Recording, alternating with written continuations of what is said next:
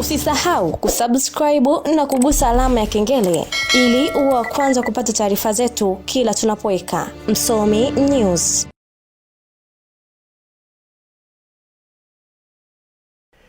Yes, mambo vipi na kuaje? Karibu sana katika michezo na hii ni Msomi News. Bana, moja kati ya taarifa kubwa ambayo leo tunao ni kuhusiana na klabu ya Yanga baada ya kutozwa faini ya shilingi milioni 30 kwa kosa la kukataa kutumia chumba rasmi cha kubadilisha nguo kwenye mchezo wa dabi ya Kariakoo uliopigwa tarehe 3 mwezi wa 5 kwenye uwanja wa Meja Jenerali Samuyo, ambapo walitumia nyumba ya pembeni ya uwanja. Na kama tulivyokuwa tunashuhudia, kuna video nyingi ambazo zilikuwa zikisambaa kwenye mitandao ya kijamii zikionyesha Young Africans walikataa kwenda katika chumba cha kubadilishia nguo. Matokeo yake wakaenda kwenye jumba lao ambalo wanasema wao ni jumba lao la kwenda kubadilishia nguo, huku wakisema kwamba vyumba ambavyo vilikuwa vimeandaliwa kwa ajili ya wao kwenda kubadilisha nguo vilikuwa vinanuka harufu kama ya madawa hivi.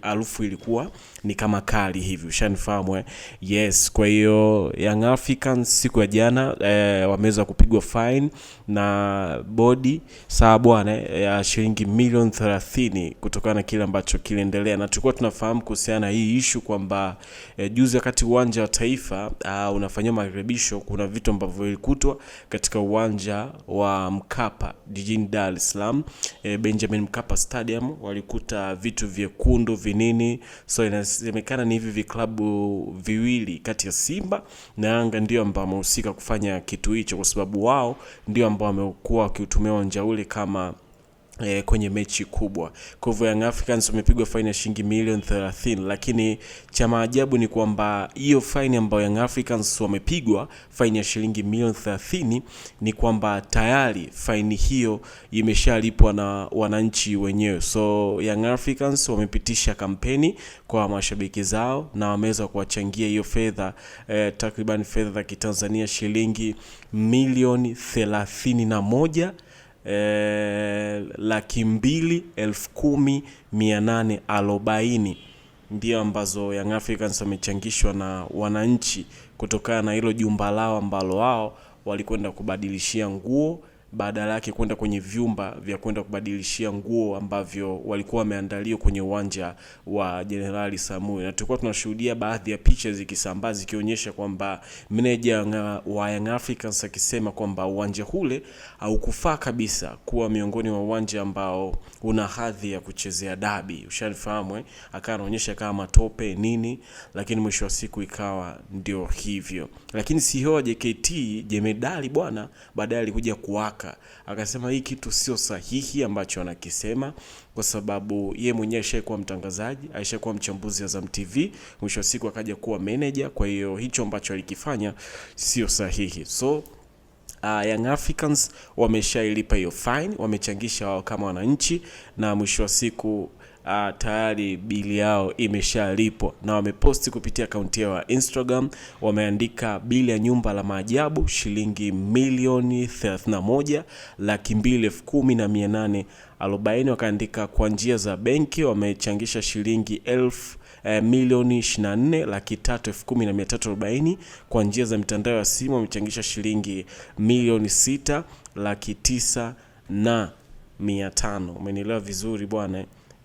Ndizo ambazo hizo fedha wameweza kuzichangisha Young Africans, na jumla ikafikisha milioni 31,210,840. Kwa hiyo unaweza kuona jinsi gani ambavyo Young Africans hasa kwa mashabiki yao, ikitokea jambo kama hili basi mashabiki wao wanasupport hichi kitu. Nimeona watu kama Nifa wamecomment kuhusiana na hiyo issue, mashabiki tu wengi walicomment kuhusiana na hiyo issue. By the way, sijajua Nifa huwa ni shabiki wa timu gani, lakini pia niliona comment yake ameandika Yanga bingwa, lakini pia Alikamwe yeye mwenyewe aliandika watati. Mnaelewa vizuri yani kwenye ile ngoma ya Bien Soul pamoja na Alikiba, watati finale.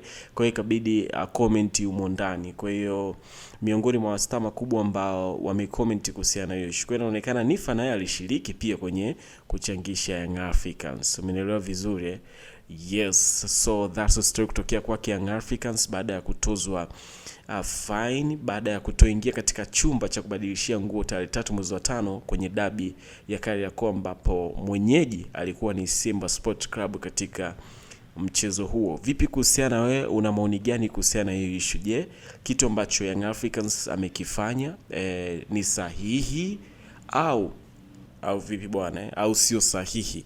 Yes, na wakati huo rais wa klabu ya Yanga ambaye pia ni mwenyekiti wa shirikisho ya vilabu Afrika ACA na mjumbe wa kamati ya mashindano ya vilabu vya FIFA bwana mhandisi Els Sahidi alipata heshima ya kualikwa na Wizara ya Michezo ya serikali ya Botswana bana katika Alpha 45 utoaji wa tuzo za michezo iliyofanyika jijini Gaborone, ambayo alikabidhi tuzo ya kocha bora. So hii ni heshima sana kwa Engineer Hersi kwa kualikwa na shirikisho la Botswana.